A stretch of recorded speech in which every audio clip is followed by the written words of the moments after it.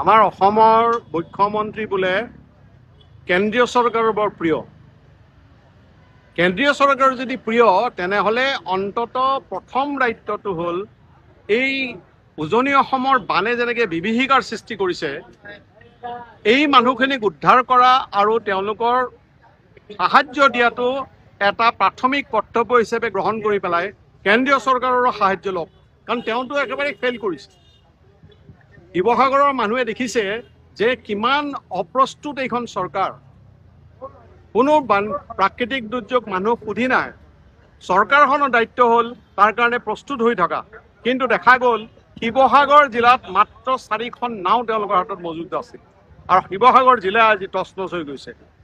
যি শিৱসাগৰ জিলাৰ বানপানী যিবিলাক অঞ্চলত হৈছে, এইবিলাক অঞ্চলত বহু বছৰ ধৰি বানপানী হোৱা নাছিল। মানুহ আজি কেনেকুৱা বিভৎস অৱস্থাৰ মাজত পৰিছে, অসহায় অৱস্থাৰ মাজত পৰিছে, কেনেকৈ পানীত উটি গৈছে। মাত্ৰ কেইদিনমানৰ ভিতৰত 22জন মানুহ, মুঠ 31জন মানুহ মৃত্যু হ'ল এইখন চৰকাৰৰ দিনত। চৰকাৰখন অসহায় হৈ কেৱল মুখ মেলি চাই থাকিল। গতিকে এটা ভয়াৱহ অৱস্থা আমাৰ অসমত সৃষ্টি হৈছে। গতিকে এইটো অৱস্থাৰ মাজত আমাৰ দাবী হ'ল প্ৰথম যে বানপানীত ক্ষতিগ্ৰস্ত মানুহক উদ্ধাৰ জৰুৰী কথা, এইটো খুচুৰি কথা নহয়। আৰু তাৰ লগে লগে সাহায্য দিয়া, পানী আনকি খোৱা পানীৰ অভাৱ হৈছে বিভিন্ন অঞ্চলত। এই সমস্যাটো কেন্দ্ৰ কৰি কেন্দ্ৰীয় চৰকাৰৰ দৃষ্টিভংগী আমি জানো, বিজেপি চৰকাৰৰ দৃষ্টিভংগী আমি জানো। অমিত শ্বাহে কৈছে কেইটামান পুখুৰী খান্দি দিম, অসমৰ সমস্যা সমাধান হৈ যাব। এইটো হৈছে যে অপদাৰ্থ। অসমৰ যি সমস্যা, বানপানী সমস্যা, তাৰ ভয়াৱহতা সম্পৰ্কে কাণ্ডজ্ঞানখিনি যিজন নাই, তেওঁ হৈছে আমাৰ কেন্দ্ৰীয় গৃহমন্ত্ৰী। আৰু অসম চৰকাৰে কি ক'লে? আমাৰ মুখ্যমন্ত্ৰীয়ে বিধানসভাৰ ভিতৰত কি কৈছিল যোৱা বছৰ? পীযুষ হাজৰিকাই কি কৈছিল?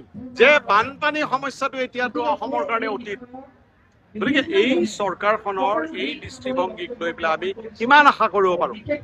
আমি যিসকলৰ মৃত্যু হৈছে তেওঁলোকক আমি সমবেদনা জনাইছোঁ, মৃত্যুসকলৰ প্ৰতি মৃতসকলৰ প্ৰতি শ্ৰদ্ধা জনাইছোঁ, পৰিয়ালবিলাকৰ প্ৰতি সমবেদনা জনাইছোঁ, আৰু যাতে মানুহৰ মৃত্যু নহয় তাৰ কাৰণে তৎকালীন ব্যৱস্থা ল'বলৈ চৰকাৰৰ ওচৰত দাবী জনাইছোঁ। আৰু সাহায্যটো হৈছে এই চৰকাৰৰ আটাইতকৈ গুৰুত্বপূৰ্ণ কাম। আৰু এইখন চৰকাৰ কিমান অপদাৰ্থ আৰু কাণ্ডজ্ঞানহীন আমি দেখিছোঁ। ৰাজহুৱা শিক্ষাৰ ক্ষেত্ৰত কেনেকৈ দিল্লীৰ আন্দোলনক তেওঁলোকে ইগনোৰ কৰাৰ, অৱহেলা কৰাৰ, আওকাণ কৰাৰ নীতি গ্ৰহণ কৰিছিল। 20 দিন ধৰি ৱাংচুকে অনশন কৰিলে। তেওঁলোকৰ দৃষ্টিভংগীটো কি আছিল, কৌশলটো কি আছিল? যে তেওঁলোকক পাত্তা নিদিয়ে। কি হ'ল তাৰপিছত? ৱাংচকক নি পেলাই জোৰ জবৰদস্তি হস্পিটেলত ভৰাই থলে। তাৰ পাছতো 20 জুলাইত হাজাৰ হাজাৰ ছাত্ৰই যেনেকৈ স্বতঃস্ফূৰ্ত হৈ ওলাই আহিল আৰু এইবিলাকৰ ওপৰত যিটো অত্যাচাৰ কৰিলে, তাক লৈ সমগ্ৰ দেশ এতিয়া জ্বলিছে, মানুহ জ্বলিছে, অভিভাৱক জ্বলিছে। গতিকে এইখন চৰকাৰ ৰাজহুৱা শিক্ষাৰ ক্ষেত্ৰত যিটো নীতি গ্ৰহণ কৰিছে, আমি আমাৰ অসমতো দেখিছোঁ কেনেকৈ মাত্ৰ কেইটামান বছৰৰ ভিতৰত 12,000 স্কুল ইয়াতে বন্ধ হৈ গৈছে, হাজাৰ হাজাৰ শিক্ষকৰ পদ এতিয়া খালী হৈ আছে। গতিকে ৰাজহুৱা শিক্ষাৰ ক্ষেত্ৰত এইখন চৰকাৰ, আমাৰ মুখ্যমন্ত্ৰী, তেওঁৰ এটাই কথা, কেন্দ্ৰীয় চৰকাৰে কিবা নীতি ঘোষণা কৰিলে তেওঁৰ দায়িত্বটো হ'ল প্ৰথমতে আমি অসমত ৰূপায়ণ কৰিলোঁ। 4 বছৰীয়া ডিগ্ৰী কোৰ্চ আনিলে, না শিক্ষক না কাৰিকুলাম, একো নাই। গতিকে ল'ৰা ছোৱালীয়ে আন্দোলন কৰিবলৈ বাধ্য হৈছে। গুৱাহাটী বিশ্ববিদ্যালয়ত, কটন বিশ্ববিদ্যালয়ত, আনকি হাফলং কলেজতো মই দেখিছোঁ যে তেওঁলোকে আন্দোলন কৰিবলৈ বাধ্য হৈছে। একফালে ব্যক্তিগতকৰণ, ফিজৰ পৰিমাণ বাঢ়িছে, আৰু আনফালে হৈছে অৰাজকতা, সমগ্ৰ উচ্চ শিক্ষাত অৰাজকতা।